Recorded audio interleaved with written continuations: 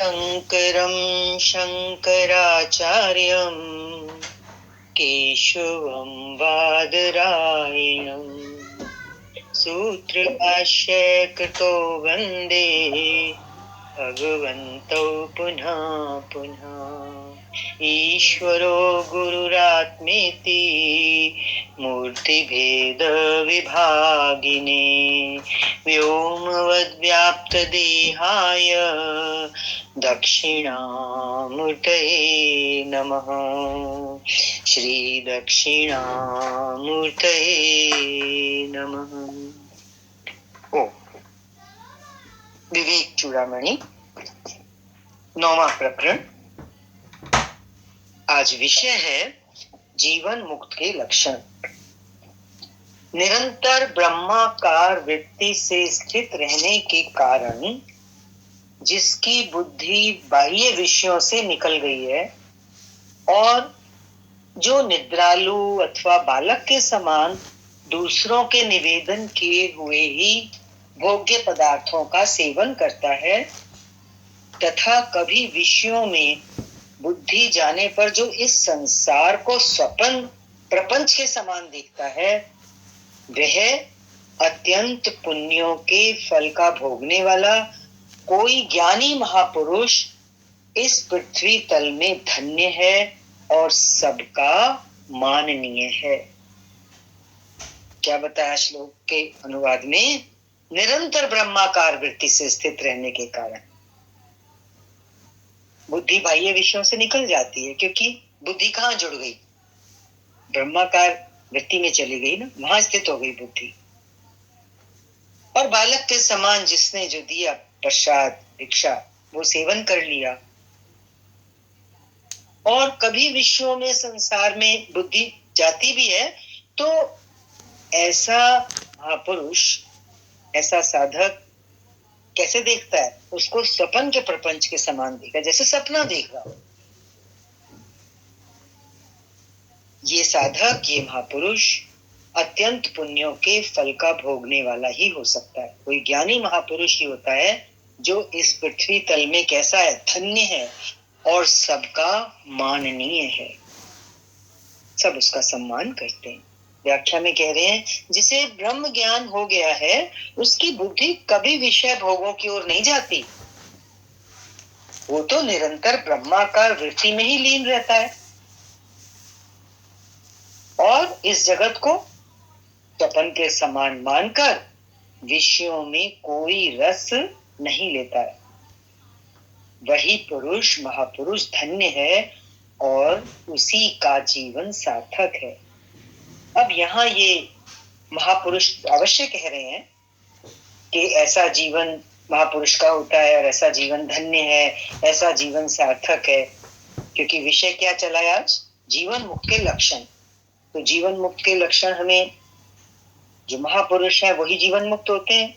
पर देखो ये जो सूचना है, जो पॉइंट्स हमें मिल रहे हैं यहाँ पढ़ने को कि किसका जीवन धन्य है, कैसा जीवन सार्थक है, तो वो किसके लिए जानकारी? वो हमारे लिए। खाली हम ये ना सोचें कि हमने तो पढ़ लिया शास्त्र और जीवन मुक्त के लक्षण बताए, वो तो महापुरुष के लक्षण है, हम थोड़ा ना, हमारे लिए थोड़ा है वो, नहीं, वो हमारे लिए है। हमारी साधना उस ओर अग्रसर हो। अगला श्लोक ले गए, अनुवाद है। जो यति पर ब्रह्म में चित्त को लीन कर विकार और क्रिया का त्याग करके सदा आनंद स्वरूप ब्रह्म में मगन रहता है, वह स्थित प्रज्ञ कहलाता है। गीता में भी आया था ना स्थित प्रज्ञ के लक्षण, अर्जुन ने पूछे थे भगवान कृष्ण से। यहाँ भी यही बात आ रही है। व्याख्या में कह रहे हैं, स्थित प्रज्ञ वही है जिसकी बुद्धि पर ब्रह्म में ही लीन रहती है। और पर ब्रह्म में बुद्धि किसकी लीन रह सकती है? जिसकी विषयों से उपराम हो चुकी हो बुद्धि। वही आगे भी कह रहे हैं कि जिसकी बुद्धि पर ब्रह्म में लीन रहती है और विषयों का जिसने क्रिया और वाणी दोनों से, क्रिया से भी वाणी से भी, मनसा वाचा कर्मणा, 3 प्रकार से कर्म होते हैं ना, तो उसने हर प्रकार से विषयों का त्याग कर दिया है। ऐसे ही स्थित प्रज्ञ ब्रह्मानंद रस का पान करते हैं। इस प्रकार की स्थिति वाले महापुरुष ही ब्रह्मानंद का रस का पान करते। अगला श्लोक का अनुवाद है, शोधित ब्रह्म और आत्मा की एकता को। देखो यहां शब्द आया शोधित, शोधन करना, निकालना, खोज करना।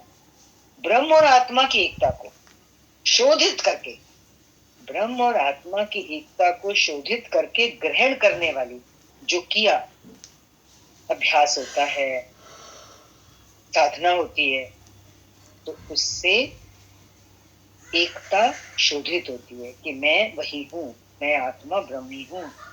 ऐसी एकता को ग्रहण करने वाली विकल्प रहित, जिसमें कोई संकल्प विकल्प नहीं बचता, ऐसी चिन्ह मात्र वृत्ति, चिन्ह मात्र में बस चेतन को प्रज्ञा कहते हैं। यहाँ पे ये बहुत सुंदर शब्द आया है प्रज्ञा। प्रज्ञा किसको कहते हैं? ये शास्त्रीय शब्द है, इसको हमें समझना है।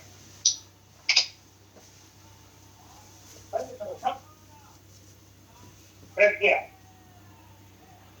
फिर से बोल रहे हैं, प्रज्ञा क्या है? शोधित ब्रह्म और आत्मा की एकता को ग्रहण करने वाली विकल्प रहित, फिर कोई संशय नहीं बचा, संकल्प विकल्प नहीं बचे, वृत्ति क्या है? चिन्ह मात्र, बस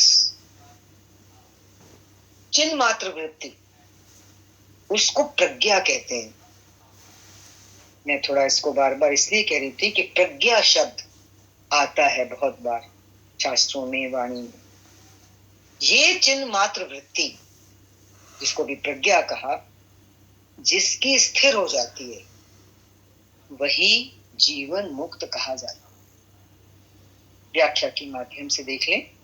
समाधि अवस्था में जब योगी को ब्रह्म का अनुभव होता है, तो गुरु तत्वमसि वाक्य द्वारा उसकी आत्मा से एकता स्थापित करता है कि यही तू है। समाधि अवस्था में ब्रह्म का अनुभव हुआ, तो गुरु फिर क्या आखिरी उपदेश क्या देता है? तत् त्वम असि, तू वही है। ऐसा कह के गुरु आत्मा की एकता स्थापित कर देता है ब्रह्म के साथ कि तू इससे भिन्न नहीं है।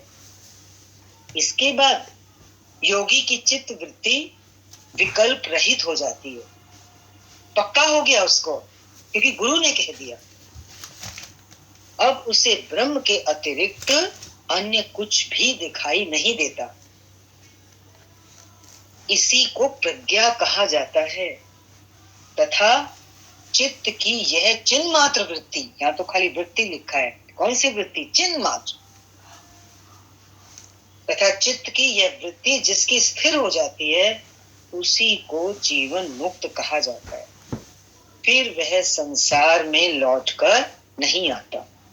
संसार में लौटकर नहीं आने का क्या मतलब है, ये अगले श्लोक में बहुत अच्छे से बताएंगे कि वो उसके सब कर्म क्रियाएं वैसे ही होती रहती हैं, लेकिन कैसे होती हैं? स्वप्नवत। देखने में लगेगा सामान्य पुरुष की तरह से उसका जीवन, लेकिन उसकी स्थिति बिल्कुल सर्वथा भिन्न होती है। ये मतलब है कि वो संसार में लौटकर नहीं आता, स्वप्नवत चलता है। वो आता है ना गीता में एक श्लोक कि सूंघते हुए भी नहीं सूंघता, चलते हुए भी नहीं चलता। तो चलता तो है ना, लेकिन वो चलते हुए भी नहीं चलता, क्योंकि ब्रह्म में कोई हिलन डुलन है नहीं। तो वो तो ब्रह्म में स्थिति है ना, उसकी चिन्ह मात्र वृत्ति है उसकी। ये स्थिति, ये जीवन मुक्त का लक्षण है। अगला श्लोक का अनुवाद ले रहे, जिसकी प्रज्ञा स्थिर है। ऊपर प्रज्ञा आ गया ना, जो चिन्ह मात्र वृत्ति में टिक गया, जो निरंतर आत्म आनंद का अनुभव करता है, वो तो उसी रसपान में है, आत्मा के रस में। और वह तो संसार में रहा है, लेकिन कैसे रह रहा है? प्रपंच को भूला सा रहता है। निमित्त मात्र ऊपर से।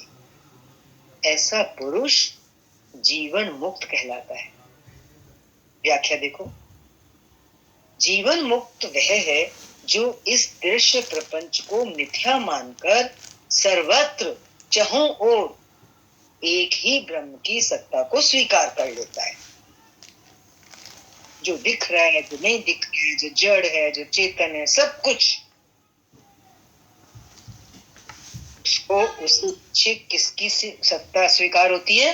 ब्रह्म की सत्ता। ब्रह्म ही ब्रह्म तथा सभी में एक ही आत्मा का वो दर्शन करता है। ऐसा होने का क्या परिणाम होता है? उसकी समस्त भेद दृष्टि समाप्त हो जाती है, और उस भेद जब समाप्त हो गया तो उसकी प्रज्ञा एकमात्र ब्रह्म में ही स्थिर रहती है। क्योंकि भेद दृष्टि ही तो बंधन का कारण है। जब भेद दृष्टि समाप्त हो गई तो जीवन मुक्त की अवस्था आ गई ना। तो जीवन मुक्त के लक्षण में एक ये बात भी समझने की है कि आखिर में भेद दृष्टि समाप्त हो जाती है। ये बहुत बड़ा काम है, क्योंकि भेद दृष्टि ही बंधन का कारण है। अगले श्लोक का अनुवाद ले रहे हैं। वृत्ति के लीन रहते हुए भी, वृत्ति के लीन रहते हुए भी जो जागता रहता है। वृत्ति कहाँ लीन है? ब्रह्म में, ब्रह्म भाव में। चिन्मात्र है उसकी वृत्ति। वृत्ति तो वहां है, लेकिन कैसे रहता है? जागते हुए। माना उसका जागना कैसा है? वास्तव में जो जागृति के धर्मों से रहित है, उसका जागना दूसरी तरीके का है। वो जागृति के जो धर्म है उनके प्रति तो वो भूला हुआ सा है, सोया हुआ सा है। क्योंकि यहाँ कह रहे हैं ना, वास्तव में जो जागृति के धर्मों से रहित है उसके लिए कोई कर्तव्य, कोई कर्म क्योंकि शेष नहीं रह जाता ना। और ऐसे पुरुष का जो बोध है, जो ज्ञान है, वो कैसा है? सर्वथा वासना रहित है। एक भी वासना उसकी शेष नहीं बची है। वो पुरुष जीवन मुक्त कहलाता है। इस श्लोक में लाइफ का जो प्रैक्टिकल एस्पेक्ट है ना, वो बताया कि प्रपंच तो हमारे चारों तरफ है, हमें संसार में ही रहना है। धर्म कर्म कर्तव्य सब होंगे, लेकिन वो जो हो रहे हैं उससे, वो कैसे हो रहे हैं? जैसे सपने में हो रहा हो कुछ, जैसे सोए सोए कुछ हो रहा हो। तभी तो यहाँ कह दिया ना कि वास्तव में वो रहता तो जागता हुआ है। जागा किसमें है? आत्मा में। लेकिन वास्तव में जो जागृति के धर्म है, जो हम संसारियों के धर्म होते हैं जागृति के, वो ऐसा जीवन मुक्त पुरुष उनसे रहित है। ये बात ये समझने की है। और उसको ज्ञान कैसा है? जो सर्वथा वासना रहित है। माना क्या? वो ज्ञान स्वरूप है उसकी स्थिति। ऐसा ही पुरुष जीवन मुक्त कहलाता है। व्याख्या ले रहे हैं। जीवन मुक्त उसे कहते हैं जिसकी चित्त की वृत्तियां उस एक ही ब्रह्म में लीन रहती हैं। सांसारिक भोग की वासनाएं उसमें उठती ही नहीं। ऊपर यही कह रहे थे कि जिसका बोध सर्वथा वासना रहित है, माना अब उसमें सांसारिक भोग की वासनाएं किंचित मात्र भी नहीं उठती। किंतु वो सोए हुए पुरुष की भांति संज्ञा शून्य नहीं हो जाता। जैसे वास्तव में कोई पुरुष सोया हुआ हो तो वो तो शून्य हो गया ना सोने के टाइम, लेकिन ये संज्ञा शून्य नहीं है। क्यों? क्योंकि उसके सभी कार्य एज इट इज यथावत चलते रहते हैं। किंतु वो जगत को स्वप्नवत समझकर अन्य अज्ञानी पुरुषों की तरह वासनाओं में नहीं फंसता। उसकी दृश्य पदार्थों में आस्था व मोह भी नहीं होता। ऐसा पुरुष ही जीवन मुक्त कहलाता है। अज्ञानी एवं ज्ञानी, बद्ध और मुक्त व्यक्ति के कार्यों में समानता होते हुए भी एक जैसे होंगे बाहर से देखने में कार्य, तो परिवर्तन किसमें आया? दृष्टि में परिवर्तन। कार्यों में समानता होते हुए भी दृष्टि बदल जाती है। यही दोनों में अंतर है। अज्ञानी और ज्ञानी में, बद्ध और मुक्त में। अगले श्लोक का अनुवाद है, जिसकी संसार वासना शांत हो गई है, जिसकी संसार वासना शांत हो गई है, जो कलावान होकर भी कलाहीन है, अर्थात व्यवहार दृष्टि में ऊपर से विकारवान प्रतीत होता हुआ भी जो निरंतर अपने निर्विकार स्वरूप में ही स्थित रहता है। क्या बोला? संसार वासना शांत हो गई और कलावान होकर भी कलाहीन है। कला मीन्स चंद्रमा की कलाएं चेंज होती है ना, तो परिवर्तन आता है, कभी घटता है कभी बढ़ता है। लेकिन ये जो ब्रह्म भाव में स्थित पुरुष है, ये कलावान होकर भी, ऊपर बताया ना कि इसके सारे कार्य यथावत होते रहते हैं, तो लगेगा ना कि एक सामान्य पुरुष जैसी जिंदगी है, लेकिन वो कलाहीन है, उसमें कोई परिवर्तन, उसके स्वरूप में कोई परिवर्तन नहीं आता। कहने का मतलब है कि व्यवहार दृष्टि में तो ऊपर से वो ऐसा लगेगा विकारवान, एक सामान्य साधारण व्यक्ति, परंतु ऊपर से विकारवान प्रतीत होता हुआ भी जो अपने निर्विकार स्वरूप में ही स्थित रहता है। निर्विकार स्वरूप क्या? उसकी आत्मा। तथा जो चित्त युक्त होने पर निश्चित है, उसका चित्त युक्त हो चुका है, संयुक्त हो चुका है परमात्मा से, ब्रह्म से, वो तो निश्चित है, निश्चयात्मिका बुद्धि है, वह पुरुष जीवन मुक्त माना जाता है। व्याख्या है इस श्लोक की, जीवन मुक्त पुरुष में कोई शारीरिक परिवर्तन नहीं हो जाता कि जी वो उसके कुछ अंगों में परिवर्तन आ जाता हो, रूप रंग में परिवर्तन आ जाता हो, ऐसा नहीं है। ना ही उसके कार्यों में कोई परिवर्तन आता है, सभी कार्य यथावत चलते रहते हैं, किंतु उसकी किसी के प्रति कोई आसक्ति नहीं होती, किसी चीज में वो डूबा हुआ नहीं है, वासना नहीं है, रस नहीं ले रहा। यहां पर राजा जनक का ही ध्यान आ जाता है कि कैसे उनका यथावत राज्य पाठ सब कुछ चलता रहा, लेकिन उनकी किसी भी चीज में आसक्ति नहीं थी, वासना रहित जीवन था। उसके विषय भोगों की वासना समाप्त हो जाती है, वो केवल शरीर रक्षण के लिए जितना आवश्यक है उतना ही ग्रहण करता है, यहां तक कि जीने की वासना भी उसमें नहीं होती। कभी भी शरीर चला जाए वो तैयार है। और कर्म कैसे करता है, किस प्रकार करता है? वो विकार रहित कर्म ही करता है, उसके कर्म बड़े शुद्ध होते हैं, इसलिए उसके कर्म बंधन का कारण नहीं होते।